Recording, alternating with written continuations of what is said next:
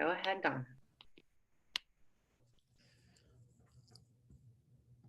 So today we're going to talk about emergency care postpartum. And this is after the patient has left the hospital and is coming back to the emergency room. Next slide.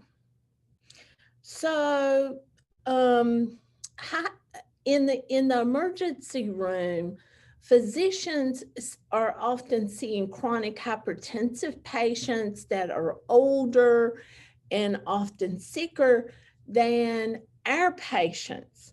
So, a hypertensive urgency is considered a blood pressure greater than 180 over 110 with no end organ damage. And in one place, I actually saw that it was considered 220, greater than 220 over 120. And so those blood pressures are really not acceptable for our young patients who have normal blood vessels.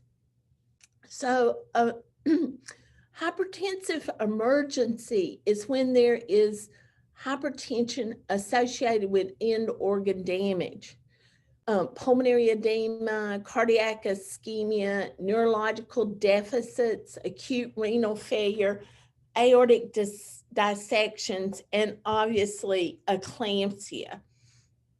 But if I have one point during this slide, is to say that we have to use different criteria in pregnant postpartum patients than we do for the average person that's 80 years old that comes in with chest pains and a really high blood pressure. Next. So, I talked about treating hypertension in the postpartum period. If you read like up to date, ACOG has pulled their hypertensive guidelines. I have no idea, but I couldn't pull them up. But it says treat blood pressures. It up to date says treat blood pressures 150 to 159 over 100 to 109 prior to discharge. That basically suggests if they're greater than 160 over 110, we shouldn't be planning on discharging them.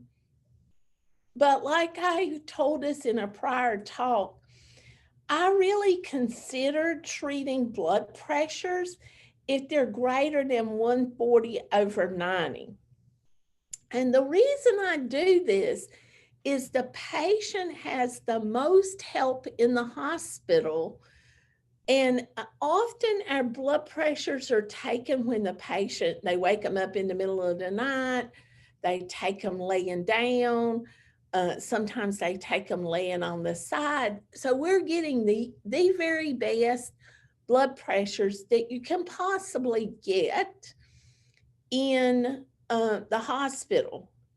So it would be better if we went in there after the patient's gotten up and showered and taken her blood pressure, because it would generally be higher. But anyhow, blood pressure peaks at 3 to 6 days out, and all of us actually most patients are gone home by day number 3 for C-section, and day 1 or 2 for blood pressure issues. And so they peak at home. So if we send somebody home with hypertension and we've treated them or not treated them, ideally we would like to follow them up 3 to 6 days out, but for sure less than 10 days. Next slide. So, postpartum preeclampsia. You know, we're trained that a third of seizures occur in the antepartum period, a third in intrapartum, and a third postpartum. But preeclampsia itself rarely develops more than 72 hours after a patient has delivered.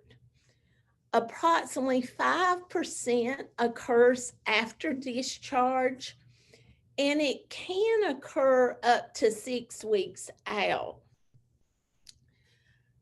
Now, you won't find this, maybe you won't find this written in some review article I couldn't find, but I was always trained that if we had hypertension, any problems after 7 days after delivery or greater, to strongly consider another diagnosis other than preeclampsia. It is very rare, again, that preeclampsia occurs greater than 3 to 4 days after delivery. Now, I have, like I said, it said in up to date, it could occur up to 6 weeks out, but for sure, I don't believe that. So to make the diagnosis of hypertension and proteinuria, you need a cath UA, okay? I always get it called 4+ protein, and blood has protein, lochia has protein. So please get a cath UA to let us to determine the amount of protein. And obviously, if they have CNS symptoms, pulmonary edema, right upper quadrant pain, thrombocytopenia, or renal insufficiency, it raises your suspicion of preeclampsia, and it makes me want to see that patient faster, especially the patients with the CNS symptoms, than somebody that just comes in with hypertension and no proteinuria. Next slide. So if a patient has postpartum preeclampsia, they need to be admitted. And again, this is usually less than 7 days. And I would give them magnesium, especially if they're symptomatic with CNS symptoms. Now, you cannot find any data on this, zero. So you are hearing my opinion, okay? And I think it's a fairly good a review of all that I know and the physiological changes in pregnancy. But again, it is not, what I'm telling you is not based on randomized trials. So I use magnesium if there is preeclampsia 7 days or less, okay? And they have symptoms like a headache, because about 80% of people who have eclampsia have CNS symptoms. And so I don't want them seasoned in the emergency room, and I give them MAG and I aggressively treat their blood pressures. If there's no preeclampsia, consider oral medication and discharge. So if somebody comes in with a blood pressure 165 over 110, and they're not on any medication, I think that we can start that patient on oral medications, especially if she has chronic hypertension in the past, and discharge them home. Now, I feel like the patient must be reliable and can obtain their medication. We cannot send patients home that are homeless and expect them to go and get the medication. We cannot send patients without insurance home on an expensive medication, expect them to go and get it. And we can consider home blood pressure monitoring, okay, instead of postpartum monitoring, is what I meant there. And if you do that, you need to see the patient. If I saw them at 8 o'clock, I would try to see at night, I would try to see them the next afternoon in my office. But if I saw them at 6 o'clock in the morning of the, um, of December the 1st, then I would let them come in December the 2nd or 3rd for their follow up. Next slide. So again, I feel like the best medicine to treat postpartum preeclampsia is nifedipine and labetalol. Now, I do feel like you can use Aldamet without any issues.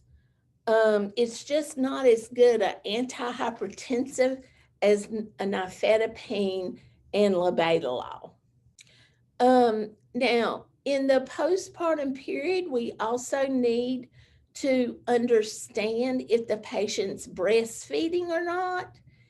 And the reason this is because you don't want to do anything that will interfere with breastfeeding. I will occasionally use short-term Lasix, like 2 or 3 days, in patients that look like the Pillsbury Doughboy, and they're swollen from their face, their arms, their legs, and they got hypertension.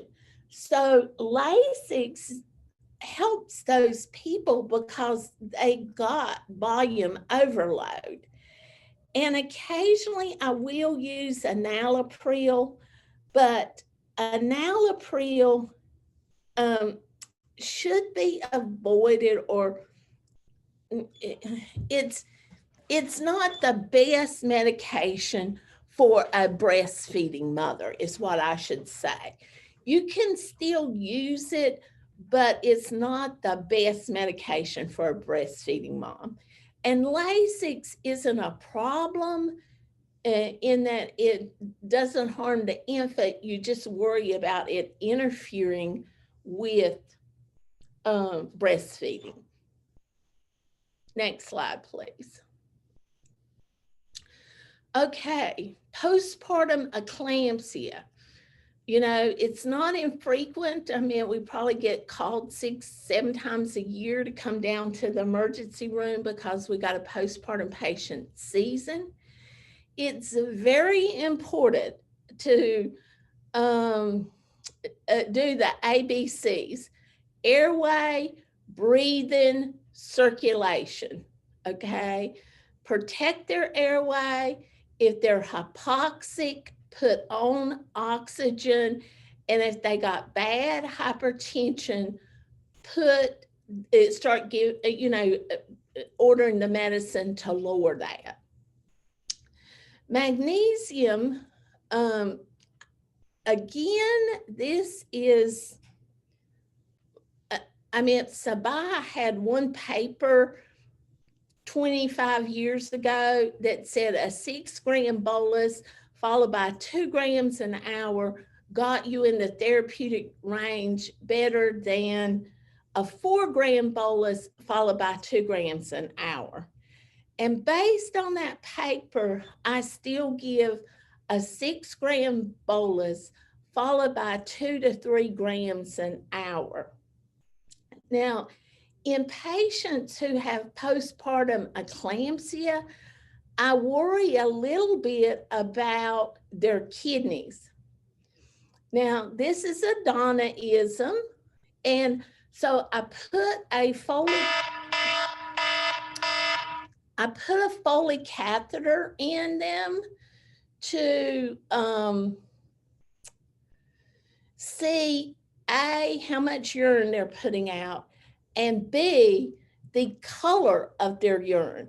If they got tea-colored urine or Coca-Cola colored urine, I wait for my creatinine to come back to see what maintenance dose I will put them on. And the only reason I say that is because if somebody's kidneys are malfunctioning, another 2 to 3 gram 2 to 3 grams a minute may actually put them in mag toxicity range. But bolusing a patient with 6 grams once has not been shown to cause mag toxicity. Now, what should we do with a recurrent seizure?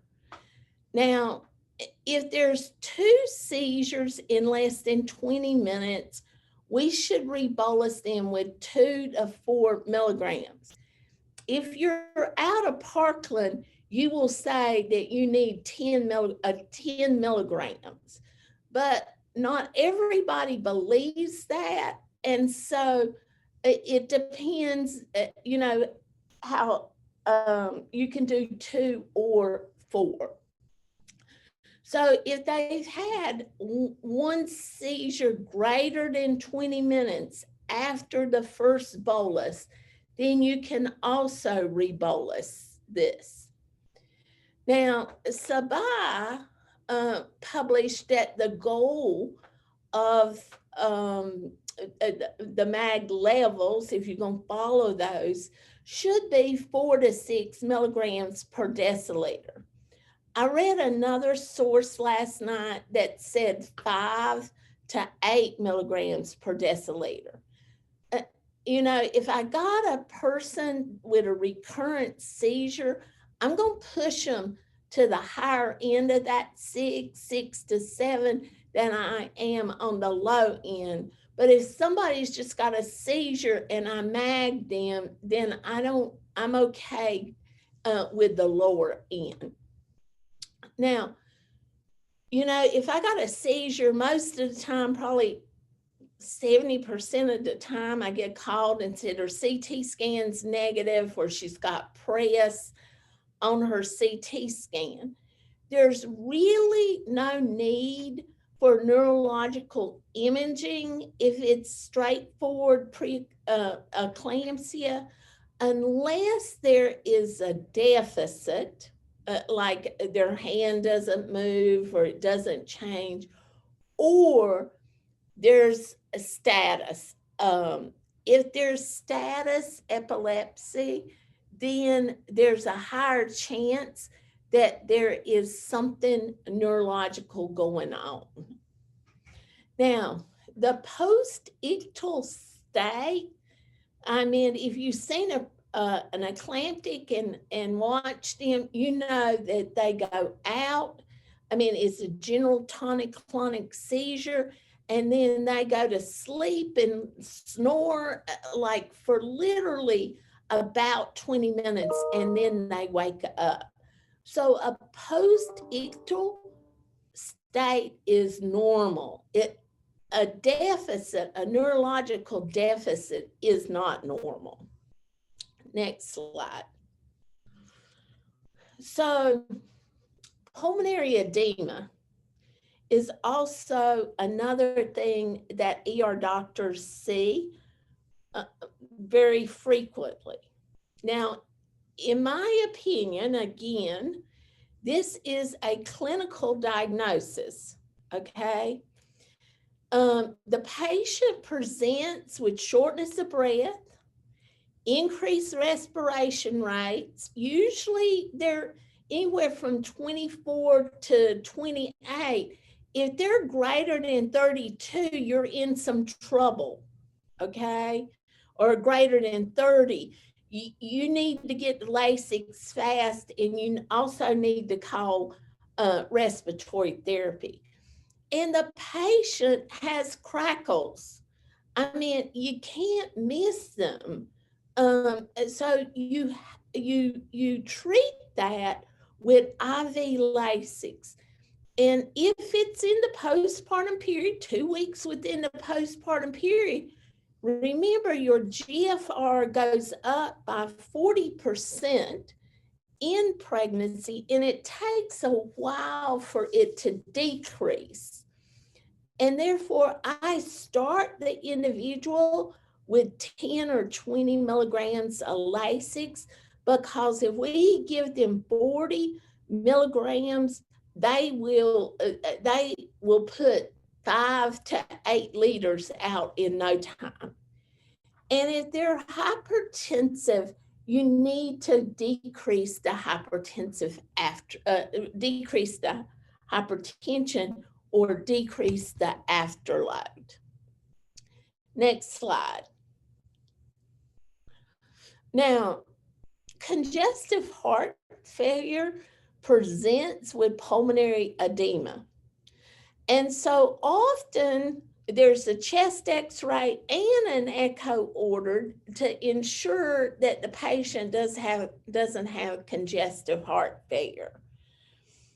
So, my rule of thumb is if a patient comes back with hypertension and pulmonary edema, and I treat them once with IV Lasix and decrease their blood pressure, and they do just fine, she really doesn't need an echo because her heart is working just fine.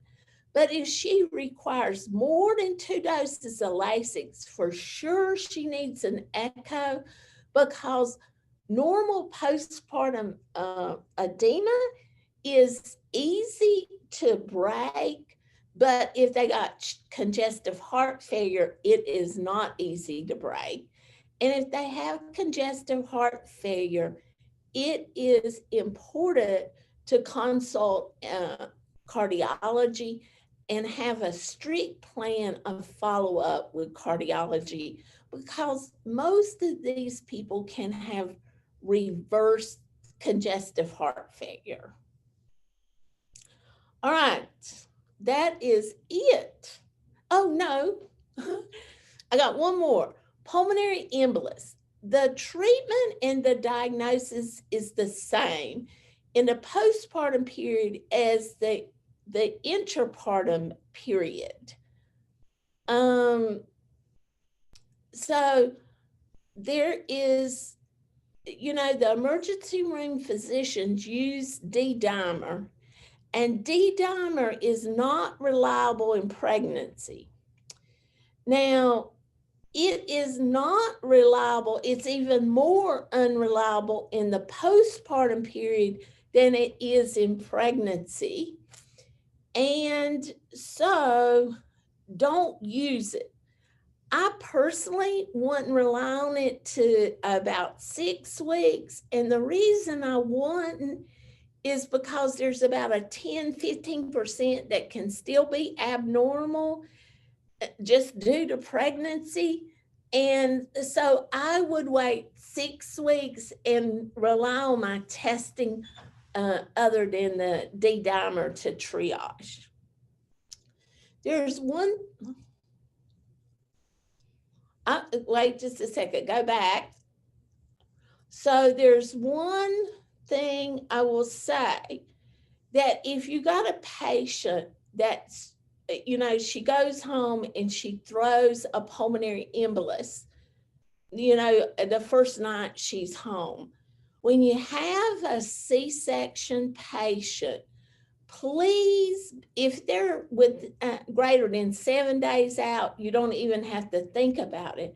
But if it's early, please consider not bolusing the patient with heparin.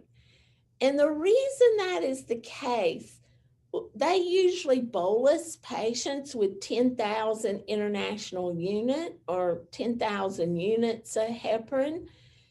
And bleeding at a C-section is often stopped ultimately by platelets sticking to blood vessels, and that's such and clotting.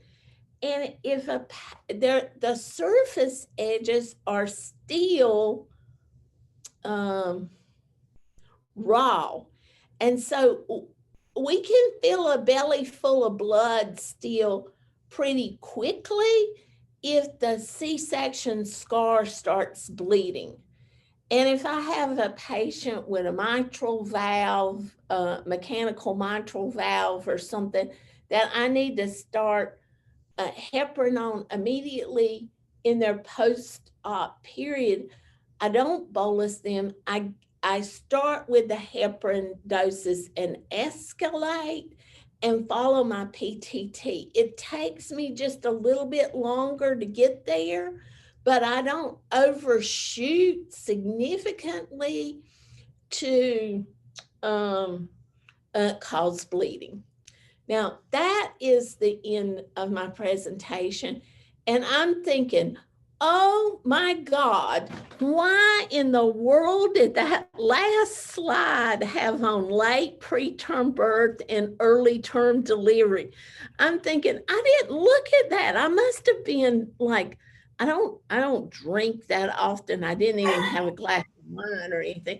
I'm like, I must have been in a sleepwalk or something to go there. Sorry, But that is me. I had copied and pasted that into so that I could put that here, and I apologize to everyone for not deleting that. But that will not be on the slide when they go up on our website. That will not be on that page, Donna. This is a friendly reminder that before we go into discussion, that our next topic is ACOG committee opinion on late term preterm birth and early term delivery. That will be on December 15th. And I also will paste our website into the chat, and you can simply copy and paste that anywhere you would like to do to save. And just give me one more second.